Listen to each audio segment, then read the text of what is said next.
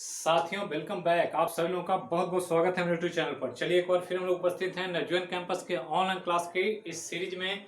और आज Saturday night है और सैटरडे नाइट में हम लोग देखते हैं करंट अफेयर का क्वेश्चन आवर। तो चलिए इसी सीरीज में हम लोग देखेंगे आज क्वेश्चन आवर बहुत इंपॉर्टेंट जो करंट अफेयर पिछले सप्ताह में कराया गया है उसी से संबंधित ये 10 सवाल 10 के दम के रूप में आपके सामने मैं लेकर आया हूँ। तो चलिए शुरू करते हैं। पिछले 2-3 दिन से क्लास नहीं हुआ है करंट का भी, और जो सब्जेक्ट है या जो भी क्वेश्चन आवर चलता था साइंस का और आर्ट्स का वो नहीं हो पाया है। स्वास्थ्य संबंधित कुछ परेशानियों की वजह से और कुछ निजी कारणों के कारण मैं क्लास नहीं ले पाया, उसके लिए बहुत बहुत खेद है। आगे क्लास कंटिन्यू चलेगा। आप लोग को जो क्लास अनियमित हो जाता है उस टाइम पर आप सेल्फ स्टडी करें, स्वाध्याय करें। Self study is the best study. अपने जो पुराने पढ़ाए गए चीजों को रिवाइज करने का प्रयास करें, उस समय को वेस्ट न करें और समय किसी भी अनयूजुअल वर्क में खर्च न करें। तो चलिए शुरू करते हैं आज का 10 कदम। उम्मीद है कि जो भी पढ़ाया गया वो आप लोग को याद होगा। एक सप्ताह की बात है, 10 में 10 सही होना चाहिए और बहुत इंपॉर्टेंट है, जो एग्जाम में पूछा जा सकता है उसी को मैं लेकर उपस्थित हूं। तो चलिए शुरू करते हैं। पहला एक इंपॉर्टेंट सवाल आपके लिए कि किस देश के राष्ट्रपति ने विवादित चुनाव के विरोध के कारण इस्तीफा दे दिया। किस देश के राष्ट्रपति ने विवादित चुनाव के विरोध के कारण इस्तीफा दे दिया। ऑप्शन है कजाकिस्तान, किर्गिस्तान, उज्बेकिस्तान, तजाकिस्तान। बहुत इंपॉर्टेंट क्वेश्चन है आने वाले समय में जो एग्जाम होने वाला है उसको। तो आप लोग बनाएं, जल्दी से आंसर करें, ज्यादा समय न लें क्योंकि पढ़ा हुआ है और आपके लिए बहुत आसान है बताना। तो सबको पता है, बहुत अच्छा, बहुत याद करके रखे हुए हैं आप लोग। तो आंसर जो है पहला का बी है, किर्गिस्तान।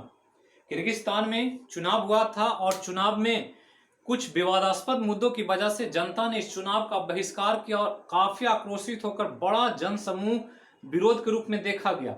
और विरोध इतना बड़ा हुआ कि आखिरी में किर्गिस्तान के राष्ट्रपति को इस्तीफा देना पड़ा अपने पद से। और ध्यान रखना है कि जो इस्तीफा दिया सेरोनावे जे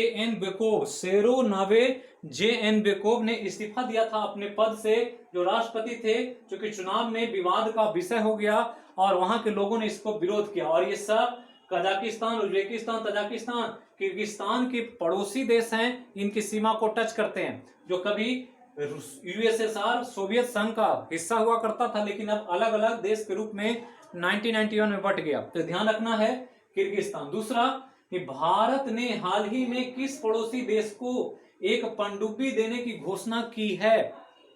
बहुत इंपॉर्टेंट सवाल है कि किस पड़ोसी देश को एक पनडुब्बी देने की घोषणा की है। बांग्लादेश, भूटान, मालदीव, म्यांमार। किसको? तो किसको दिया? तो आपको याद होगा कि ये जो दिया गया है ये म्यांमार को, बर्मा को। और बर्मा को जो दिया गया वो आपको बताया गया था INS सिंधु बीरा। इसके बारे में हमने बताया था कि ये एक रूसी जहाज था, पनडुब्बी था, जिसको भारत ने बर्मा को देने का मन बना लिया और इसको मॉडर्नाइज करके आधुनिकीकरण करके म्यांमार को दिया गया। और इस रूप में म्यांमार के पास ये एकमात्र पनडुब्बी है जो भारत इसको दे रहा है। भारत के द्वारा म्यांमार नौसेना को ये पनडुब्बी सौंपा गया। तो ये ध्यान रखना है, हमने बताया था पिछले सप्ताह में। तो भूटान, बर्मा या म्यांमार हमारा बहुत इंपॉर्टेंट पड़ोसी देश है, बहुत पुराने समय से हमारे पूर्वोत्तर राज्यों को स्पर्श करता है। तो ये ध्यान रखना है। आगे चलें तो हाल ही में किस राज्य ने महिला सशक्तिकरण के लिए मिशन शक्ति योजना शुरू किया। बहुत इंपॉर्टेंट कि महिला के एम्पावरमेंट के लिए मिशन शक्ति योजना शुरू करने वाला कौन राज्य है हाल फिलहाल में। तो ध्यान रखना है, जो राज्य है उत्तर प्रदेश, मध्य प्रदेश, बिहार या महाराष्ट्र। कौन? तो ये ध्यान रखना है कि जो राज्य है ये उत्तर प्रदेश। हमने बताया था कि उत्तर प्रदेश में महिला के संबंधित आपराधिक मामले बहुत तेजी से और बहुत ज्यादा संख्या में देखे जा रहे हैं। परिणाम स्वरूप इसकी वजह से उत्तर प्रदेश सरकार ने महिला सशक्तिकरण के लिए मिशन शक्ति योजना शुरू किया है। और मिशन शक्ति योजना के तहत महिलाओं के विरुद्ध जो अपराध होता है, आपराधिक मामले होते हैं, उसको देखरेख के लिए एक अलग से टास्क फोर्स बना करके पूजा पाठ में या समारोह वगैरह में, उत्सव में, जैसे अभी दुर्गा पूजा का काल चल रहा है, तो उस समय जो भी भीड़ भाड़ होता है उसमें महिलाओं को किसी तरह का कोई असुविधा न हो, इसके लिए ये मिशन शक्ति योजना शुरू की गई थी। हमने कहा था और कहा था कि उत्तर प्रदेश ने इसको 6 माह में इंप्लीमेंट करके इसका प्रभाव देखने का एक बड़ा योजना बनाया है। तो ध्यान रखना है। आगे चले तो चौथा कि अंतर्राष्ट्रीय गरीबी उन्मूलन दिवस कब मनाया जाता है।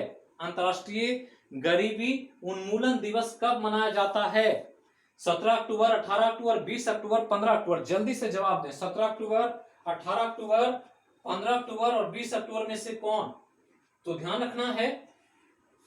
तो आपको बताया गया था पिछले सप्ताह में ही कि ये जो बताया गया है कि अंतर्राष्ट्रीय गरीबी उन्मूलन दिवस 17 अक्टूबर को हम लोग हर साल सेलिब्रेट करते हैं, और ये यूएनओ के महासभा में घोषणा किया गया था कि हम हर 17 अक्टूबर को विश्व में गरीबी उन्मूलन दिवस मनाएंगे। जबकि 18 अक्टूबर को हमने कहा था कि रजोनिवृत्ति दिवस या मेनोपॉज के लिए विश्व स्तर पर मनाया जाता है। 20 अक्टूबर सांख्यिकी दिवस और 15 अक्टूबर को हमने 3 दिवस बताया था।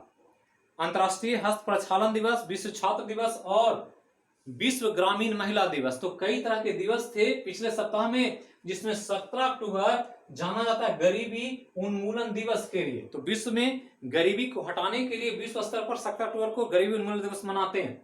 आगे चलें तो एससीओ के सदस्य देशों की न्याय मंत्रियों की बैठक हुई अभी हाल फिलहाल में, और उस बैठक की मेजबानी जो होस्टिंग किया वो किस देश ने किया, ये सवाल है कि एससीओ संघाई कोऑपरेशन ऑर्गेनाइजेशन, हमने कहा था संघाई सहयोग संगठन के सदस्य देशों की न्याय मंत्रियों की बैठक हुई। तो इसकी मेजबानी कौन किया, चीन किया, रूस किया, भारत किया, या इनमें से कोई नहीं किया। तो 8 सदस्य हैं एससीओ के, और उसमें से इस बार मेजबानी जो किया गया न्याय मंत्रियों की वो भारत के द्वारा किया गया, और ये 7वीं बैठक थी एससीओ की न्याय मंत्रियों की। तो ध्यान रखना है कि भारत से संबंधित है और भारत में इसका आयोजन हुआ, भारत का होस्टिंग किया, इसलिए एग्जाम में पूछा जा सकता है आपको इंपॉर्टेंटली, क्योंकि हमने कहा था कि एससीओ नाटो के अगेंस्ट में एक बड़ा संगठन के रूप में एशियाई देशों का एक बड़ा संगठन है, ध्यान रखना है। आगे चलें तो छठा कि हाल ही में इजराइल द्वारा बनाई गई किस वैक्सीन का मानव ट्रायल शुरू होने वाला है। किस वैक्सीन का मानव ट्रायल इजराइल शुरू करने वाला है। कोवैक्स, स्पुतनिक वी, वी लाइफ, कोई नहीं। कौन आंसर होगा। सभी इंपॉर्टेंट है। कोविड-19 से संबंधित जो भी सवाल पूछता है वो सब इंपॉर्टेंट है। तो आंसर जो है इसका वो वी लाइफ है, ध्यान रखना।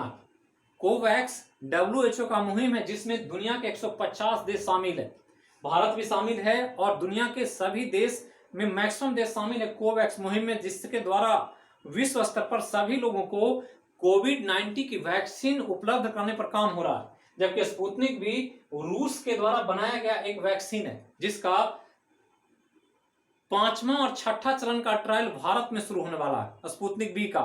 जबकि इजराइल ने एक नया वैक्सीन बनाया वी लाइफ, जिसका ह्यूमन ट्रायल इजराइल शुरू करने वाला है। तो विश्व स्तर पर कोविड-19 से बचने के लिए, कोविड-19 को कंट्रोल करने के लिए अलग अलग देशों ने अपने अपने साइंटिफिक संस्थानों के द्वारा वैक्सीन के विकास का पूरी तरह से प्रयास किया जा रहा है, ताकि हम वैक्सीन को बना सकें और कोविड-19 का जो प्रकोप है इससे बाहर निकल सके दुनिया। तो इसी के लिए ब्री लाइफ को याद रखना है। आगे चलते तो 7वां सवाल है कि हाल ही में न्यूजीलैंड में संपन्न आम चुनाव में किस पार्टी ने जीत दर्ज किया। Labour party, national party, democratic party, Republican party, किसने दिया। तो कौन सी पार्टी ने विजय या जीत हासिल किया, ये ध्यान रखना है। तो बहुत इंपॉर्टेंट आपसे पूछा जा सकता है। हमने कहा था कि न्यूजीलैंड में आम चुनाव हुआ और चुनाव जो हुआ उसमें किस पार्टी ने जीत दर्ज किया।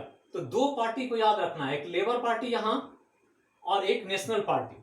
तो लेबर पार्टी जीती थी, नेशनल पार्टी हारी थी। लेबर पार्टी को कुल वोट का 49% वोट मिला था, जबकि नेशनल पार्टी को मात्र 27% वोट मिला था, और 49% जीत करके 64 सीट लेबर पार्टी को मिला और लेबर पार्टी ने सरकार बनाया। तो ध्यान रखना है, और ध्यान रखना है कि न्यूजीलैंड में कुल 120 आम चुनाव में 120 लोकसभा की सीटें, और 120 में से 61 सीट लाना होता है, जबकि 64 सीट ला करके लेबर पार्टी ने जीत दर्ज करके सरकार बनाने का काम किया। तो ध्यान रखना है कि लेबर पार्टी और ये नेशनल पार्टी, जबकि डेमोक्रेटिक पार्टी और रिपब्लिकन पार्टी दोनों अमेरिका की पार्टी है, जिसमें डेमोक्रेटिक पार्टी और रिपब्लिकन पार्टी लड़ रही है, एक डोनाल्ड ट्रंप और एक Joe Biden. Joe Biden democratic party के और रिपब्लिकन पार्टी के डोनाल्ड ट्रंप, ये अमेरिका के बीच चुनाव हो रहा है जो नवंबर में होगा। तो ये अमेरिका की पार्टी है और ये न्यूजीलैंड की पार्टी, लेबर पार्टी और नेशनल पार्टी। आगे चलें तो 8वां सवाल एक नियुक्ति से कि भारतीय बैंक संघ का नया चेयरमैन किसे बनाया गया है। भारतीय बैंक संघ का नया चेयरमैन किसे बनाया गया? एस जयशंकर, राज किरण राय, साई एबरा या दिनेश कुमार खारा, किसको बनाया गया? तो बहुत इंपॉर्टेंट, चारों नाम इंपॉर्टेंट, चारों नाम इस सप्ताह में आया है अलग अलग काम के लिए। एस जयशंकर के बारे में पता होगा कि ये भारत के विदेश मंत्री हैं, बहुत चर्चा में है, हमेशा इनका न्यूज, इनका स्टेटमेंट आता रहता है। साई एबरा को रामानुजन पुरस्कार दिया गया है मैथ में कार्य करने के लिए। प्रिंसटन यूनिवर्सिटी अमेरिका में काम करते हैं और इनको 2020 का रामानुजन पुरस्कार दिया गया है, ध्यान रखना है। जबकि दिनेश कुमार खारा को एसबीआई का अध्यक्ष बनाया गया, स्टेट बैंक ऑफ इंडिया का, और भारतीय बैंक संघ का नया चेयरमैन बनाया गया राज किरण राय को, ध्यान रखना, जो पहले यूनियन बैंक के सीईओ थे, एमडी भी थे, तो यूनियन बैंक में काम कर रहे थे। अब वो पूरे भारत के बैंकिंग एसोसिएशन का जो संघ होता है, पूरे भारत का बैंक संघ, इसके लिए काम करेंगे और इसके नए चेयरमैन के रूप में इनकी नियुक्ति की गई है। तो चारों का नाम याद रखना। आगे जो, तो 9वां सवाल कि भारत के किस राज्य में पहली बार हींग की खेती शुरू की गई है। हींग बहुत इंपॉर्टेंट प्रोडक्ट है, भोजन में इस्तेमाल होता है, मेडिसिनल वैल्यू है, दवाइयां बनती है इससे। और हींग हमारे यहाँ नहीं उत्पादित होता है, हमारे यहाँ खेती नहीं होता है भारत में। इसका आयात हम लोग करते रहे पुराने समय से, अफगानिस्तान से, ईरान से, उज्बेकिस्तान से हींग मंगाया जाता है। लेकिन इसकी शुरुआत की गई नए तरीके से कि अब हींग भारत में ही उपजाया जाएगा। उसके लिए कौन राज्य का चुनाव हुआ? उत्तराखंड, अरुणाचल प्रदेश, हिमाचल प्रदेश, जम्मू कश्मीर, किसका? तो जो चुनाव हुआ है वो हिमाचल प्रदेश का। तो हिमाचल प्रदेश में लाहौल और स्पीति, ये 2 जगह पर हींग की खेती शुरू की गई है, तो बहुत चर्चा में है, ये ध्यान रखना। 10वां बहुत इंपॉर्टेंट क्वेश्चन है, आने वाले समय में पूछा जा सकता कि क्वाड समूह का कौन सा देश नौसेना के मालाबार अभ्यास में पहली बार शामिल होने वाला है। तो क्वाड के हमने कहा था, चर्चा किया था, चतुर्भुज संवाद, सुरक्षा संवाद, क्वाड, जिसमें 4 देश हैं और चारों देश की नौसेनाएं एक अभ्यास करने जा रही है नवंबर 2020 में। तो नवंबर 2020 में एक अभ्यास करेगी चारों देश की नौसेना, जिसका नाम होगा मालाबार अभ्यास, और ये 1992 से हो रहा है और इसमें इंप्रूवमेंट हो रहा है। और कह रहा है कि पहली बार कौन शामिल होगा क्वाड का, कौन सा देश? तो ये चारों क्वाड के सदस्य हैं, भारत, ऑस्ट्रेलिया, अमेरिका और जापान।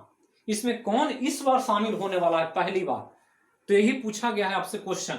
तो ध्यान रखना कि भारत और अमेरिका ने पहली बार इसको शुरू किया था मालाबार अभ्यास को 1992 में। 2015 में आकर इसमें जापान शामिल हो गया और 2020 नवंबर में जो होने वाला उसमें ऑस्ट्रेलिया पार्टिसिपेट करने वाला है।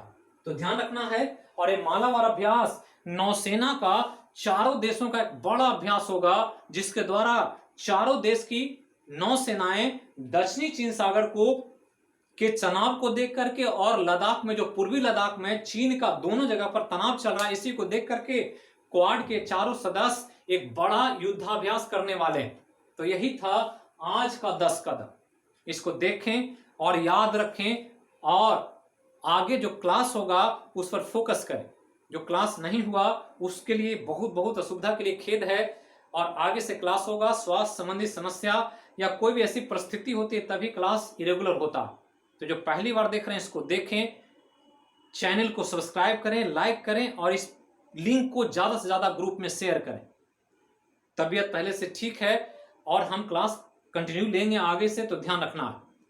तो आज या कल या परसों, अभी नवरात्रि चल रहा है, तो नवरात्रि के लिए आपको बहुत बहुत शुभकामनाएं। माँ दुर्गा, माँ भगवती सबको सभी समस्याएं, सभी तनाव, सभी तरह के चीजों से लड़ने की शक्ति प्रदान करे और हम लोग अपने अपने जीवन में सभी समस्याओं से जीतकर एक सुकून, आनंद पूर्वक जीवन जी सकें। बोलिए सब मिलकर जय हो मैया की। Thank you.